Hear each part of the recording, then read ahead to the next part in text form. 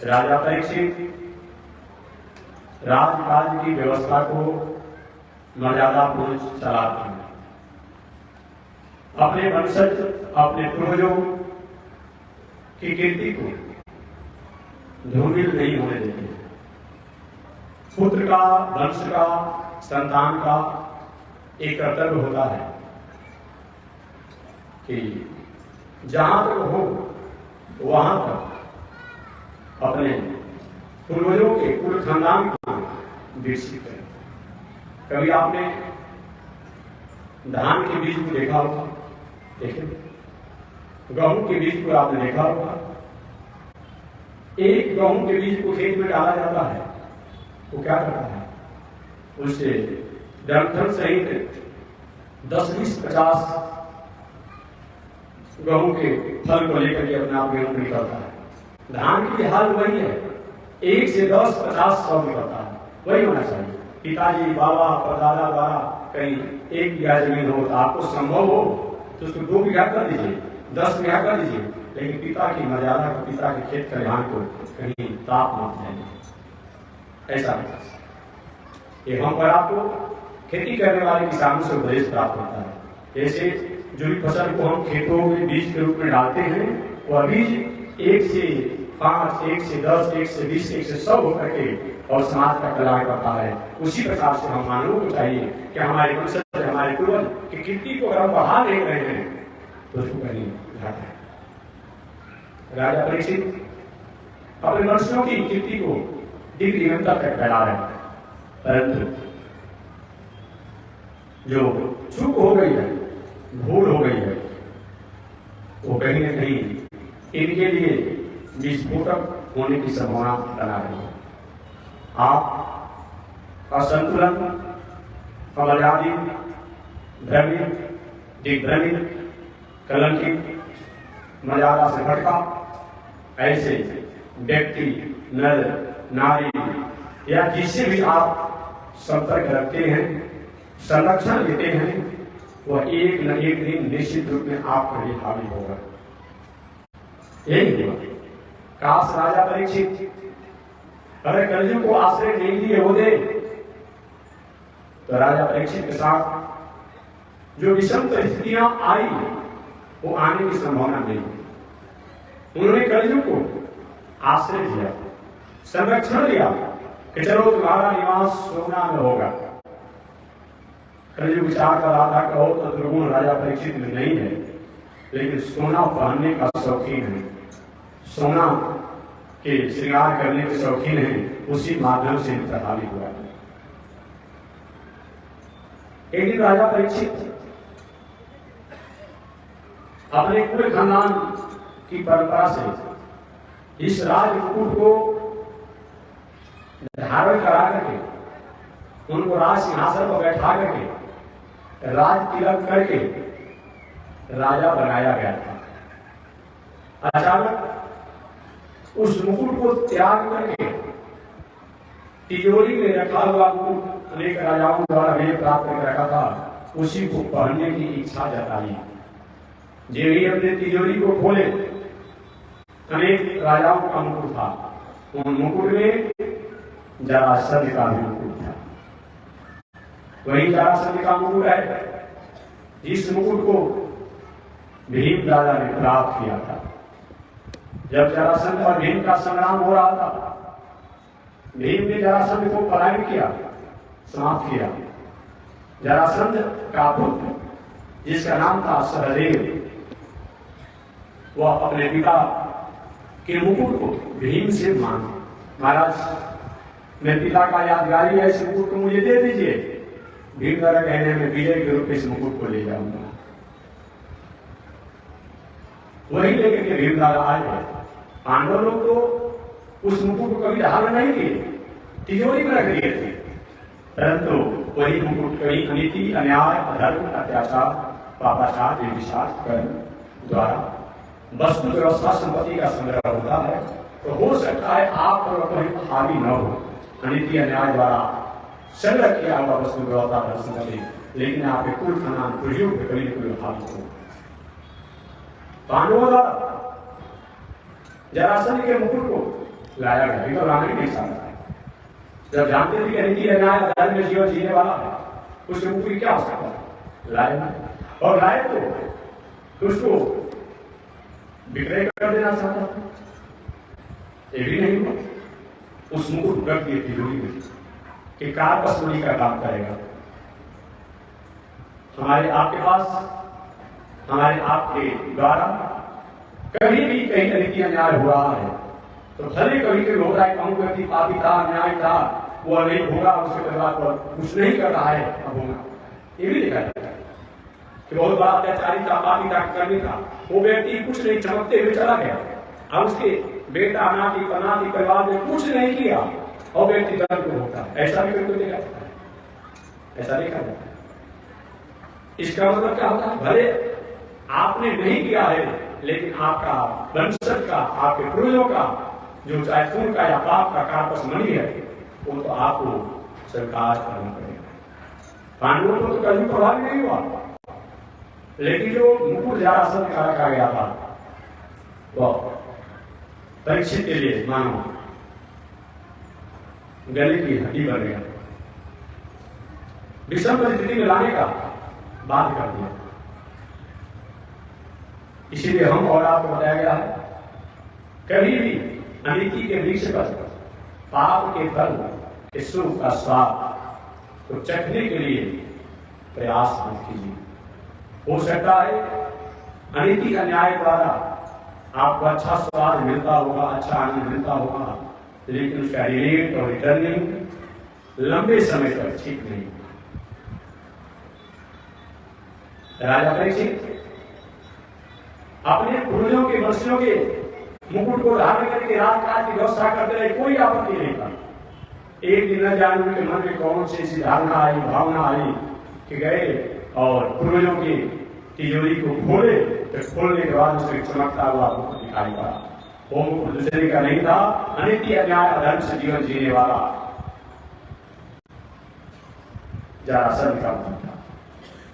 राजा परीक्षित ने अपने मुकुट को छोड़ करके अब उसी मुकुट को काट दिया, सोना का मुकुट था। कलेजू को अच्छा मौका मिल गया, अच्छा मौका मिला, चलो सभी सोना में मेरा वास नहीं होगा, क्योंकि एक तरफ कन्हैया भी बसते हैं, एक तरफ कलयुग भी बसता है। तो अनीति अन्याय अधर्म से प्राप्त धन संपत्ति सोना चांदी रुपया पैसा में तो कलयुग बसेगा, अनीति न्याय और धर्म से जो अर्जित संपत्ति वस्तु व्यवस्था सोना चांदी होगा, उसमें तो कन्हैया का वास होगा। जरासंध के मुकुट तो नीति अन्याय था, कलयुग में जरासंध के मुकुट में हावी हो गया, अब मेरा अधिकार हो गया। राजा परीक्षित उसके पहले कभी ऐसा जीवन में सोचे नहीं थे। अचानक जरासंध के मुकुट को जब पहने तो पहनने के बाद उनके मन में एक धारणा आई, मैं राजकुमार हूं, मैं राजा हूं, चक्रवर्ती सम्राट हूं, पांडववंशज, हमें शिकार करना चाहिए। ऐसा उनके मन में भावना नहीं आती थी। लेकिन जरासंध के मुकुट धारण करने का परिणाम क्या हुआ, उनके मन में अब शिकार की भावना आ गई, और शिकार की भावना जब आई तो रथ पर आरूढ़ होकर के कुछ लोगों को लेकर के, मंत्रियों को लेकर के, कुछ अपने कर्मचारियों को लेकर के चलते। जीवन में लेकर शिकार किए नहीं थे, जंगल में चलते गए चलते गए चलते गए, प्रातः काल के चलते चलते सायं काल की वेला आ चुकी थी, परंतु शिकार नहीं करता है। शिकार करने का कोई वैसा उनकी एक्सपीरियंस नहीं था, अनुभव नहीं था, नहीं कर पाए। सायं काल का समय होने वाला था,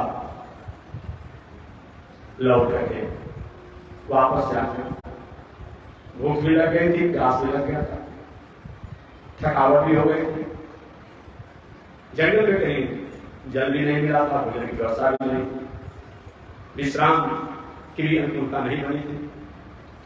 आ रहे थे लौट करके, और लौट करके जब आ रहे थे तो अचानक एक सुंदर आश्रम देखे। वो आश्रम नैसर्गिक छटा से अपूर्ण था। प्रकृति की जो भी नैसर्गिक छटा होती है, उन प्रकृति की सभी नैसर्गिक छटा से अपूर्ण था।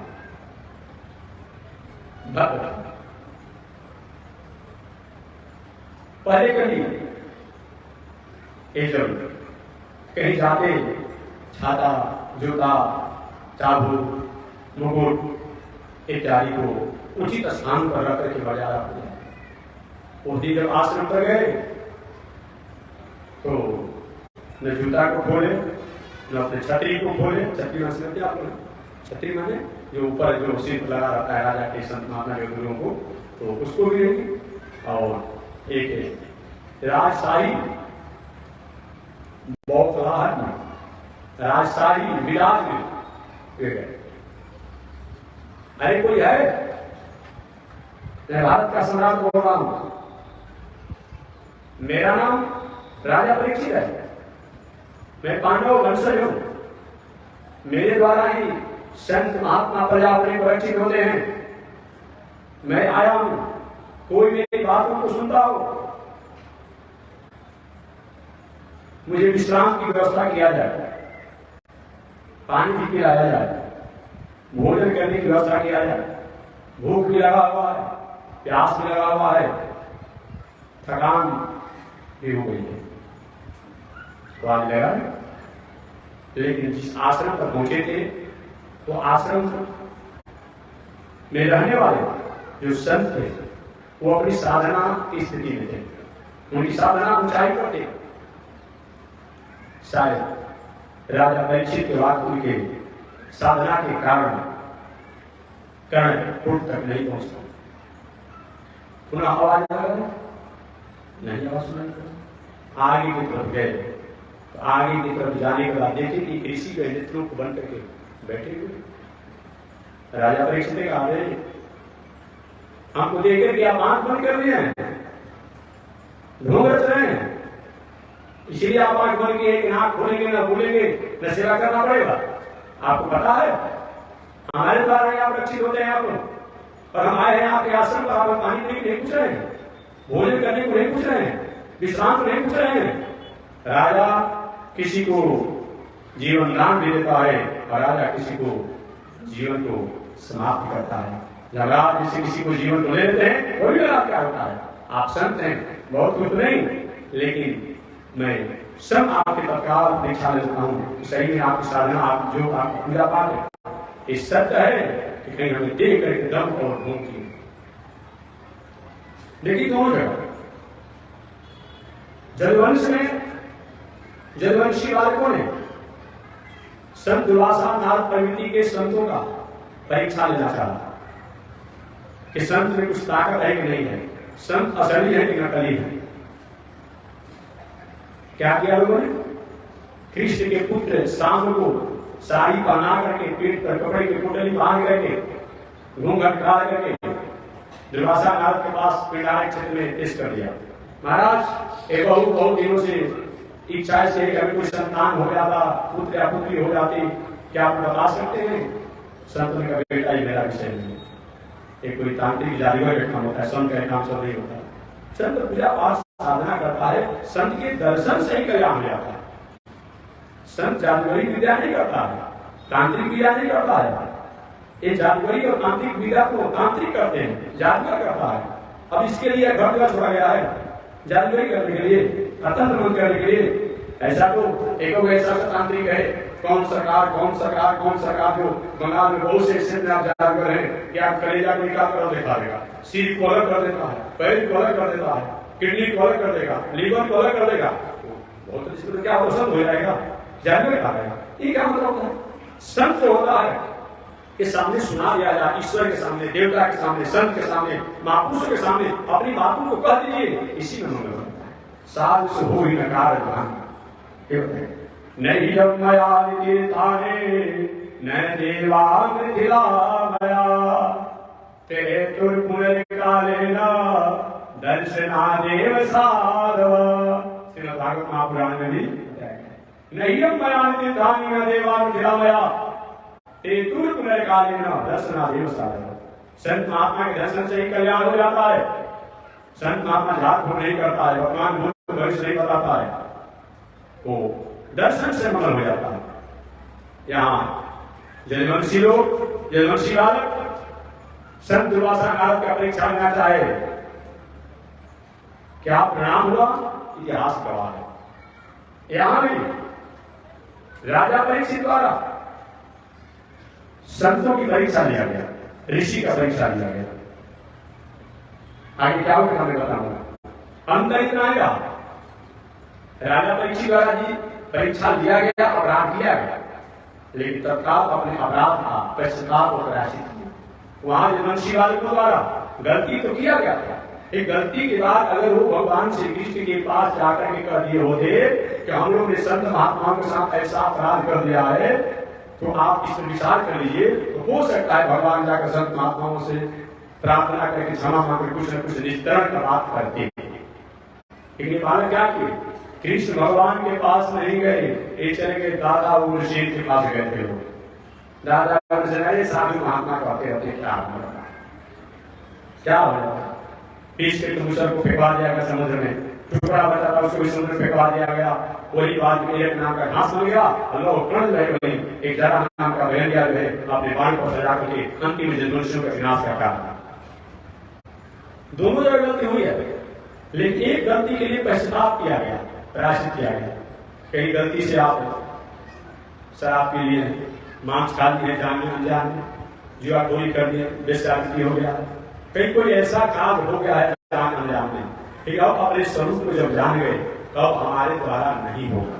ये विचार करके पश्चाताप कर दिया जाए, अफसोस कर दिया जाए, तो उसका कुछ न कुछ मार्जन होता है। लेकिन पाप भी करें, अपराध भी करें और दुस्साहस भी करें, ये बात अच्छी नहीं, ये बात अच्छी नहीं है।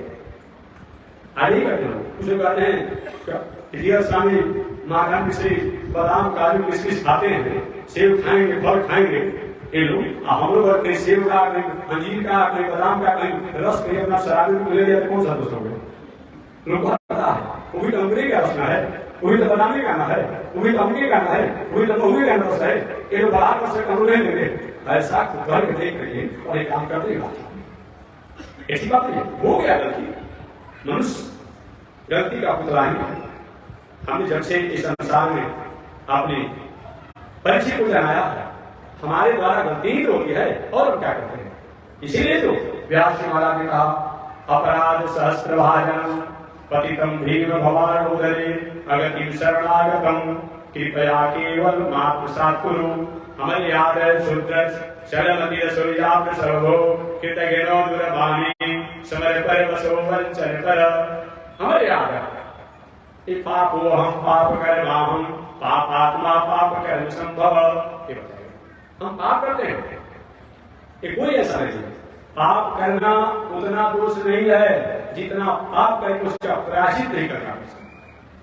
कभी आपने वकालत की भाषा पढ़ा होगा, सुना होगा, कोई वकील साहब कहीं बैठे होंगे कहीं या कोई सुनते होंगे, वकालत में भाषा आती है पापी से घृणा नहीं करनी चाहिए, पापी से घृणा नहीं करनी चाहिए, पाप से घृणा करनी चाहिए। पापी व्यक्ति भी अगर पाप को त्याग दे रहा है तो वह भी आदरणीय है, वह भी दंडनीय है। कब? जब पापों को त्याग दे रहा है तब। उदाहरण के रूप में एक कथा का आगे दूसरी तरफ कहना है, एक कथा को संतुष्टि करने के लिए अनेक शास्त्रों की बातों को बताने संतुष्टि के रूप में।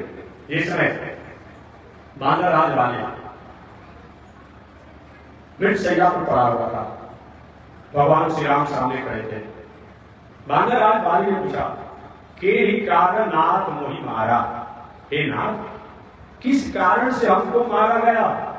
बाली बैरी सुग्रीव, आगे हमारा आपका तो कोई झगड़ा नहीं ना, एक तो जात पात से अलग हम हैं, हम कहा आप हैं, आप रात बुला हम कहा, हम क्यों आपने मारा?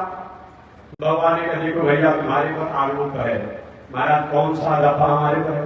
तो तुमने जो अपनी जो बेटी बहन बुआ मौसी चाची माई दादी या ऐसे दूसरे की नारियों को बेटियों को या दूसरी की पत्नियों को जो उसकी मर्यादा को लज्जा को जो दूषित करता है कलंकित करता है वो तो दंड का अधिकारी है, वध का अधिकारी। एक तुम्हारे साथ है, तुमने सुग्रीव की पत्नी रुमा, सुग्रीव की पत्नी रुमा को तुमने अपने कब्जे में ले लिया, इसलिए तुम्हारे पर ऐसा किया गया।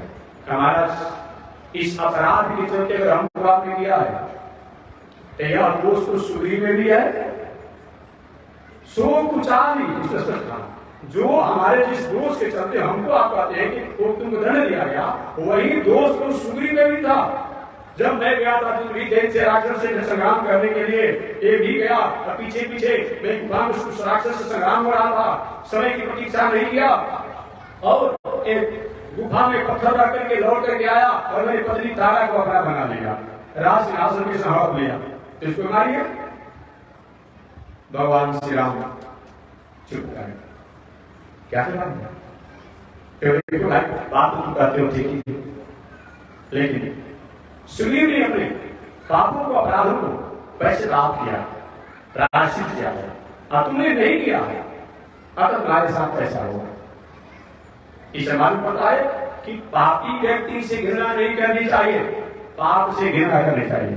पापी व्यक्ति अगर पाप को त्याग देता है तो अजय वह भी आदरणीय है। बस उदाहरण रूप एक दो उदाहरण नहीं है। आपने जटायु जी का नाम सुना होगा। जटायु जी कौन है? आमिष भोजी, मरे हुए मांसों को खाने वाले ऐसे जटायु जी हैं। इन्होंने क्या किया? सीता जी की रक्षा की, लज्जा संस्कृति की रक्षा किया। परिणाम क्या हुआ? जो श्रद्धांजलि भगवान श्री राम ने दशरथ जी को भेज दिया, वो श्रद्धांजलि जो है जटायु, जो समान दशरथ जी महाराज ने अपने पिता राम जी ने अपने पिता दशरथ को भेज दिया, वो समान जो है जटायु जी को दिया और गोदों में लेकर के। इतना ही नहीं, एक और बात है, लेकिन शास्त्र में ऐसा उपयुक्त नहीं है। जटायु जी का संस्कार किया गया, जबकि ऐसा होना था उपयुक्त नहीं है, इनका संस्कार किया गया, संस्कार किया गया। इसलिए मैं निवेदन करना चाहता हूं कि व्यक्ति में किसी प्रकार का दोष हो, अपराध हो, पाप हो, अब उस पर पश्चाताप करता है, प्रायश्चित करता है, तो अभी आदरणीय है।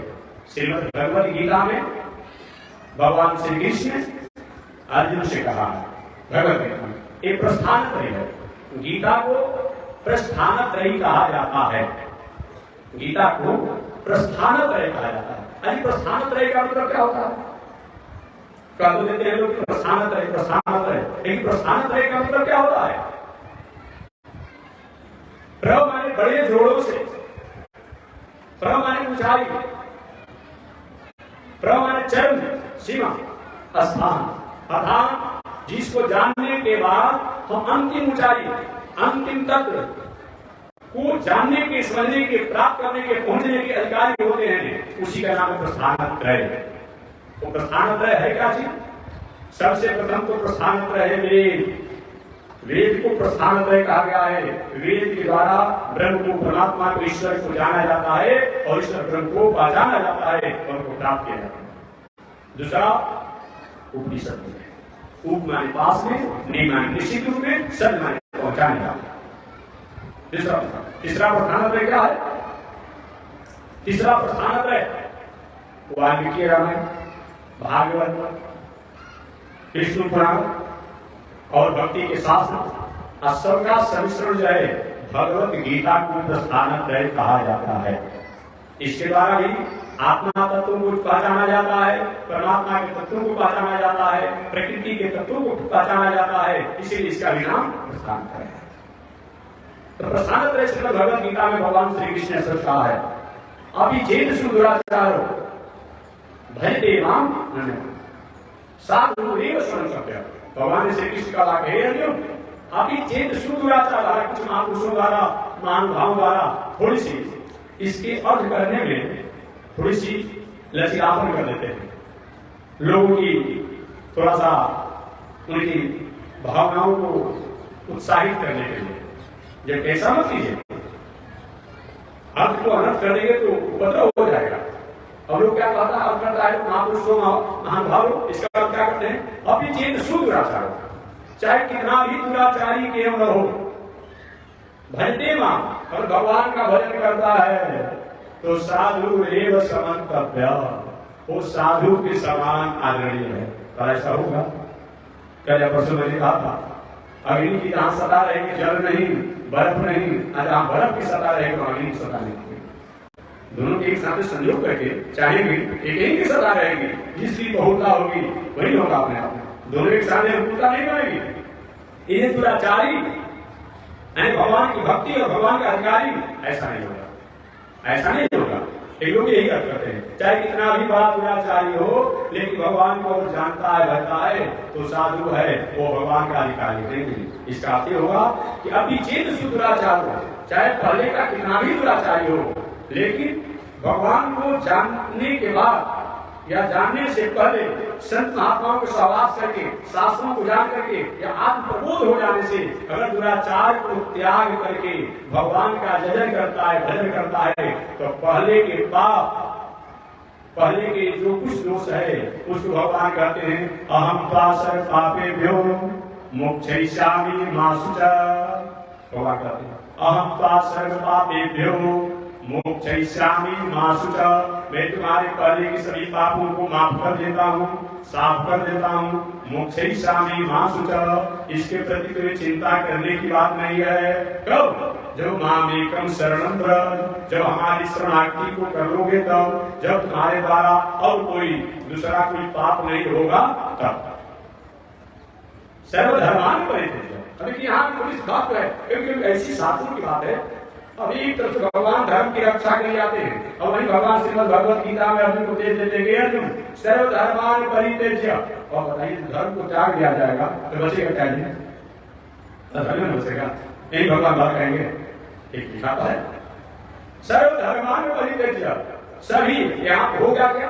धर्मान का यहाँ धर्मान शब्द का प्रयोग किया गया है। देखिए दो बार बहुवचन शब्द का प्रयोग किया गया है। सर्व शब्द जो है यही बहुवचन शब्द है, सर्व शब्द जो है यही बहुवचन शब्द है, और धर्मान शब्द जो है यही भी बहुवचन शब्द है। दो बार बहुवचन शब्दों का प्रयोग किया गया है। इसका मतलब क्या होगा कि सर्वधर्मान परित्यज्य। इसका मतलब क्या होगा? सर्वधर्मान का मतलब क्या होगा? धर्म तो एक ही है, धर्म एक है। कौन? तमेव विदित्वा अतिमित्रवेति नान्यपन्थान् विदते अयनाय। तमेव विदित्वा अतिमित्रवेति नान्यपन्था विदते अयनाय। दीर्घचक्षुरागतं तद्विप्रासो।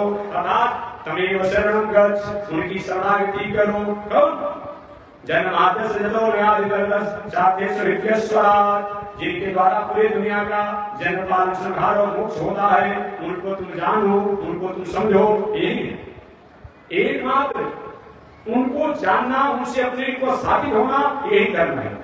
मानो भगवान श्री कृष्ण कहना चाहते हैं कि हे अर्जुन सर्वधर्मान् परित्यज्य। शरीर के अनंत धर्म है, शरीर के अनंत धर्म है। इन शरीर के अनेक धर्मों को जो तुम मान बैठे हो, एक प्रश्न कब का है? न भूयसां विपदेशः ना प्रसिद्धि मूला। जहां जैसा प्रकरण हो उसी के अनुसार देकर के अर्थ किया जाएगा। जिस समय अर्जुन कह रहे थे प्रभु कोई मेरे गुरुजन है, कोई मेरा दादा है, कोई मेरा मामा है, कोई मेरा नाना है, कोई मेरा चाचा है, कोई मेरा ताऊ है, कोई मेरा भाई है, कोई मेरा मित्र है, हम उन्हीं को आप मारने को कह रहे हैं, तो इनको मार करके क्या हमें अधोगति नहीं होगा, पाप नहीं लगेगा। उस ऐसा प्रसन्न था, उस प्रसन्न पर भगवान ने कहा अर्जुन जिनको इस शरीर से, जो शरीर के धर्मों के कारण किसी को चाचा मामा तुम जो मान रहे हो, अगर तुम्हारे चाचा होते, पिता होते, ताऊ होते, गुरु होते, दादा होते, परदादा होते, तो क्या तुम्हारे साथ अनिति अन्याय हो रहा था? ये लोग क्या आपने देखते किसी तुम्हारा मंगल की कामना करते? इसलिए तुम्हारे जो व्यक्ति कोई अपने स्वरूप से जब विचलित हो जाता है तो वो व्यक्ति की स्थिति नहीं रहती है।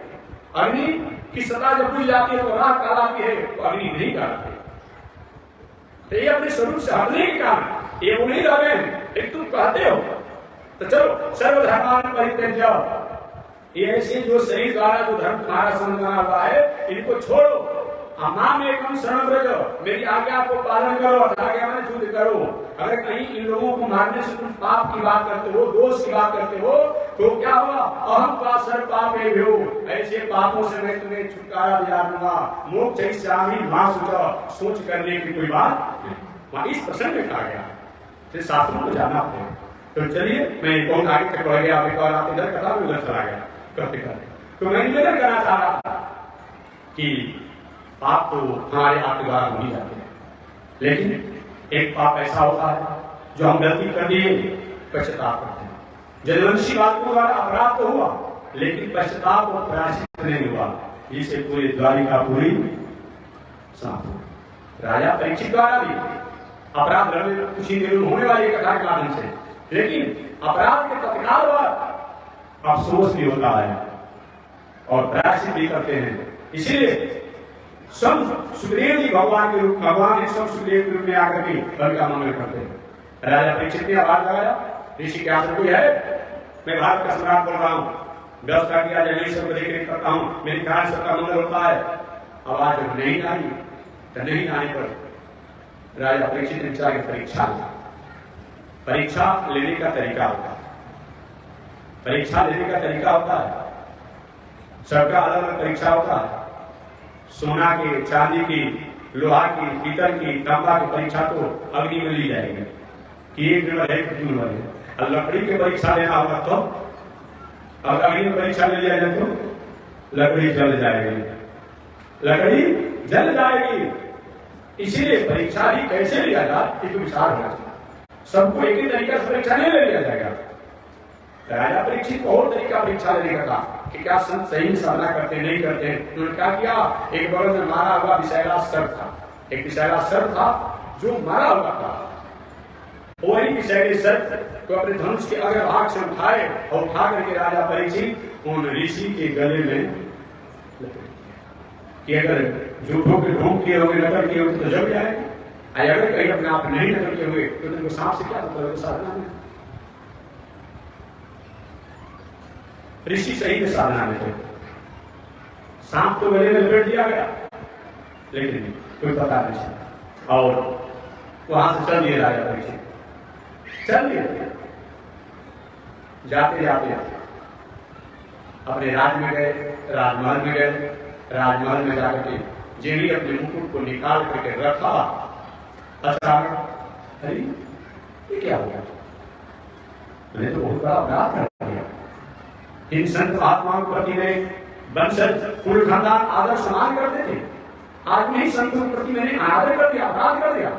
हमने जीवन जीने का क्या मतलब होता है? हाय हाय करने लगे, हाय हाय करने लगे, बहुत बड़ा मैं अपराधी हूँ, बहुत बड़ा अपराधी हूँ, अब जीवन जीने का मतलब नहीं है। हे प्रभु, हे श्रीमन नारायण, हे पितामह ब्रह्मा, और मेरे जीवन जीने का मतलब नहीं है। अभी संसार से मैं चला जाता था, अच्छा होता। मैंने अकारण संतों के साथ अपराध किया, संत के आश्रम पर गए, संत जलपान कराए न कराए, भोजन कराए न कराए, अपने आप में मैं आता प्रणाम करके लौट जाता, लेकिन ये नहीं कराने के चलते काम वासना में आकर के मुकुट के जरासंध का अंकुश हिंसात्मक इस मुकुट के धारण करने का है। मेरे मन में ऐसी भावना जागी थी, अब अपने आप में अफसोस करने लगे, अफसोस करने लगे, बहुत बड़ा मैं अपराधी हूँ। सोची रहते कि जीवन जीने का क्या मतलब, जिस शरीर द्वारा, जिस वाणी द्वारा, जिस इंद्रियों द्वारा परमात्मा होता था, उस शरीर द्वारा, उस वाणी द्वारा, इंद्रियों द्वारा समाज संस्कृति के प्रति अहित और अनिष्ट हो गया, और जीवन का क्या मतलब होगा। ये सोच ही रहे थे। इधर ऋषि के आश्रम पर राजा परीक्षित गए थे और उनकी परीक्षा लेने के लिए उनके गले में मारा हुआ काला नाग लपेट दिए थे। ऋषि का पुत्र जिसका नाम था श्रीनी, और उसका मित्र लोग थे, छोटे छोटे बालक। सुनो, तुम यहाँ पर खेल रहे हो, देखो तुम्हारे पिता के गले में मारा हुआ सर्प लपेट दिया गया। अरे कौन ऐसा काम किया? क्या हम तो बहुत कुछ नहीं सुने, लेकिन अपना नाम बता रहे थे कि मैं भारत का सम्राट राजा परीक्षित हूँ। बालक ऋषि कुमार आया और आकर के रोने लगा, पिताजी एक बहुत बड़ा अपराध आपके साथ राजा ने किया है, मरे हुए सर्प आपके गले में लपेट दिया है। और क्यों गले में करने लगा? ऋषि कुमार था, मैं भी छोड़ूंगा नहीं। ओट फैलने लगा उस ऋषि कुमार का, छोटा बालक का हाथ में जल लिया और कहा किसने ऐसा दुस्साहस ने पिता के साथ साधना का अवसर किया है, मैं साफ देता हूं कि आज के 7वां दिन वो व्यक्ति को इसी सर्प का वंशज तक्षक नाग उसे काटेगा और उसकी मृत्यु हो जाएगी। साफ जब देखा कि बालक चित्कार करके रोने लगा, कुछ देरों के बाद जब उस ऋषि की समाधि टूटी तो बेटा क्यों रो रहे हो, क्या बात है? किसी ने अपमान कर दिया, किसी ने मार दिया, क्या हो गया? कहते रहे नहीं, किसी ने मारा नहीं। पिताजी आप साधना के समय में थे, वो भारत का सम्राट अपना नाम बता रहा था, राजा परीक्षित अपना नाम बता रहा था, पांडव वंशज बता रहा था, और आप क्या आया हो जब भोजन के लिए आप अपनी साधना में थे, उसकी इच्छा पूर्ति नहीं हुई और आपको अपमान करने के लिए, परीक्षा लेने के लिए मारा हुआ सर्प आपके गले में लपेट दिया। मैंने भी छोड़ा नहीं, मैंने भी उनको साथ दे दिया। उन ऋषि का नाम था समीक ऋषि। क्या नाम था? समीक ऋषि। समीक ऋषि ने कहा, अरे बेटा, अरे भोले भंडारी, ये क्या तुमने किया? राजा साहब का पाप नहीं होता है। राजा द्वारा प्रजा रक्षित होती है, प्राणी रक्षित होते हैं, संत महात्मा रक्षित होते हैं। बेचारा राजा भूखे प्यासे टकराया था, तुम लोग थे नहीं, वो आया, कहीं नहीं व्यवस्था किया, थोड़ी सी उदासी होकर के कहीं गले में सर्दी लपेट दिया, क्या हो गया? संत तो अपने आप में माला लगा तभी पसंद आता है, कोई धूल फेंके तभी पसंद आता है, कोई स्तुति करते नहीं पसंद आता है। इसमें क्या हुआ? तूने साफ करके बहुत बड़ा न्याय किया है। हे विधाता, हे प्रभा, मेरे पुत्र द्वारा जो साफ दिया गया है वह इसको वापस हो जाता, यही लिखता है। लेकिन धनुष से निकला हुआ बाण और वाणी से निकला हुआ शब्द अब कहां वापस होगा? हार करने लगी समीक ऋषि। वह समीक ऋषि का पुत्र श्री नहीं, उनका अहंकार हो गया था, मैं राजा हूं, यही राजा का स्वरूप होता। अंत में समीक ऋषि ने अपने शिष्य गौरव को बुलाकर कहा, बेटा अब तो वचन सत्य होगा, लेकिन उसी का अपना मृत्यु को सुधारना। मृत्यु तो होगा, तक्षक नाक भी काटेगा, लेकिन उस काटने से पहले अपने मृत्यु को सुधार लें। यही कहा गंगा किनारे अपार के क्षेत्र में रहने वालों में सरकार एलॉट करती है, घोषणा करती है ना, अनाउंसमेंट करती है, सचेत करती है, भाई अब कुछ दिनों में इस निशान पर बाढ़ आ गया है, एक अपार सरकारों की घोषणा करती क्या है? सचेत करके आपका जो जन है, धन है और कुछ ऐसी वस्तुएं हैं जो उसमें सुरक्षित रख दीजिए और आगे थोड़ा किनारे हो जाइए। बाढ़ के प्रभाव को रोका नहीं जाएगा, रोका नहीं जाएगा। एक घोषणा करने वाला, सूचना देने वाला रोक देगा, रोकेगा नहीं बेचारा, लेकिन सूचना देकर आपकी रक्षा करने की व्यवस्था करता है कि कुछ क्षति हो, लेकिन उसको किसी काम का नुकसान बच नहीं जाए। नाक को काटेगा, सर को काटेगा, लेकिन काटने से पहले अपने आगे के लिए अपना जीवन को सुधार कर दिया जाए, इसके कुछ मौका तो मिल जाना चाहिए। ऐसा विचार करके समीक ऋषि ने अपने गौरव नाम के शिष्य को हस्तिनापुर में राजा परीक्षित के पास भेजे, बेटा जाकर के सूचना दे दो कि आज के 7वां दिन तक्षक नाग के काटने से आपकी मृत्यु होगी, आपकी मृत्यु को आप संभाल लीजिए, सजा लीजिए। वही गौरव चले गए, रास्ते में जा रहे हैं, सुनते जा रहे हैं तो तुरंत आपके सारे 6 मिनट का बंद कर दूंगा तो अच्छा रहेगा। चलिए आज की कथा समाप्त हो गई। कल मैं इसमें प्रथम श्री कथा को विश्राम दे दूंगा, तो अभी छोड़ देते हैं कि वह समीक ऋषि के पुत्र शिष्य जो गौरव है वो राजा परीक्षित के पास हस्तिनापुर में जाते हैं, सूचना देते हैं। सूचना को सुनकर के राजा परीक्षित आगे क्या करते हैं इस शेष चर्चा हम लोग अगले नहीं करेंगे। अभी आज इसी के साथ मैं अपने वाणी को विराम दे रहा हूँ और विराम देते समय एक बात पुनः मैं निवेदन कर देता हूँ कि हमारे आपके द्वारा अवश्य में भोक्तव्य कृतज्ञ कर्म शुभाशुभ, हमारे आपके द्वारा किए गए कर्मों का फल ही जो है वो शुभ और अशुभ के रूप में प्राप्त होता है। जो भी हम और आप करते हैं वही जो है वो अशुभ और अशुभ के रूप में प्राप्त होता है। ऐसा जान करके मनुष्यों को चाहिए कि अपने क्रियमान कर्मों को कहीं फूक फूक करके देख करके सोच करके करना चाहिए। अन्यथा थोड़ी सी भूल भी, छोटी भी चूक जो है वो बहुत बड़ी नुकसान पहुंचाने वाली हो सकती है। ये विचार करके मानव को हमेशा अपने कर्मों पर विचार करना चाहिए, क्योंकि कर्म ही मानव जीवन का स्वर्ग है, मोक्ष है, सब कुछ है। कर्म के द्वारा हमें स्वर्ग होता है, मोक्ष होता है, सुख होता है, शांति होता है, आनंद होता है, पुत्र पत्नी परिवार धन संपत्ति ऐश्वर्य कीर्ति जो कुछ भी प्राप्त होता है वह हमारे कर्मों के अनुसार ही प्राप्त होता है। हमारे कर्मों का ही वह परिणाम है। कर्म से अलग दुनिया में कुछ होता बात।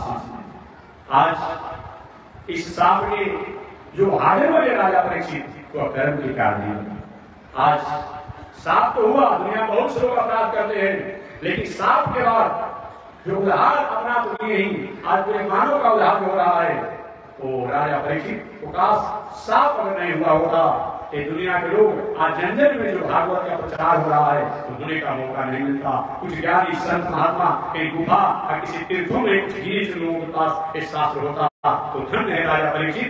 भले ही तक्षक नाग के साथ कि काटने का श्राप तो प्राप्त हुआ, लेकिन इसके द्वारा समाज का जितना कल्याण हुआ, राष्ट्र का कल्याण होता, वैसा और कहीं नहीं देखा जाता। तो शेष चर्चा करने करूंगा कि राजा परीक्षित के पास समित ऋषि के पुत्र गौरव पहुंच करके क्या सूचना देते हैं। आगे राजा परीक्षित किस तरह से अपनी मृत्यु के सुधार की व्यवस्था करते हैं, शेष चर्चा अगले दिन इसी के साथ मानी विराम। एक बार भगवान का नाम श्री मैंने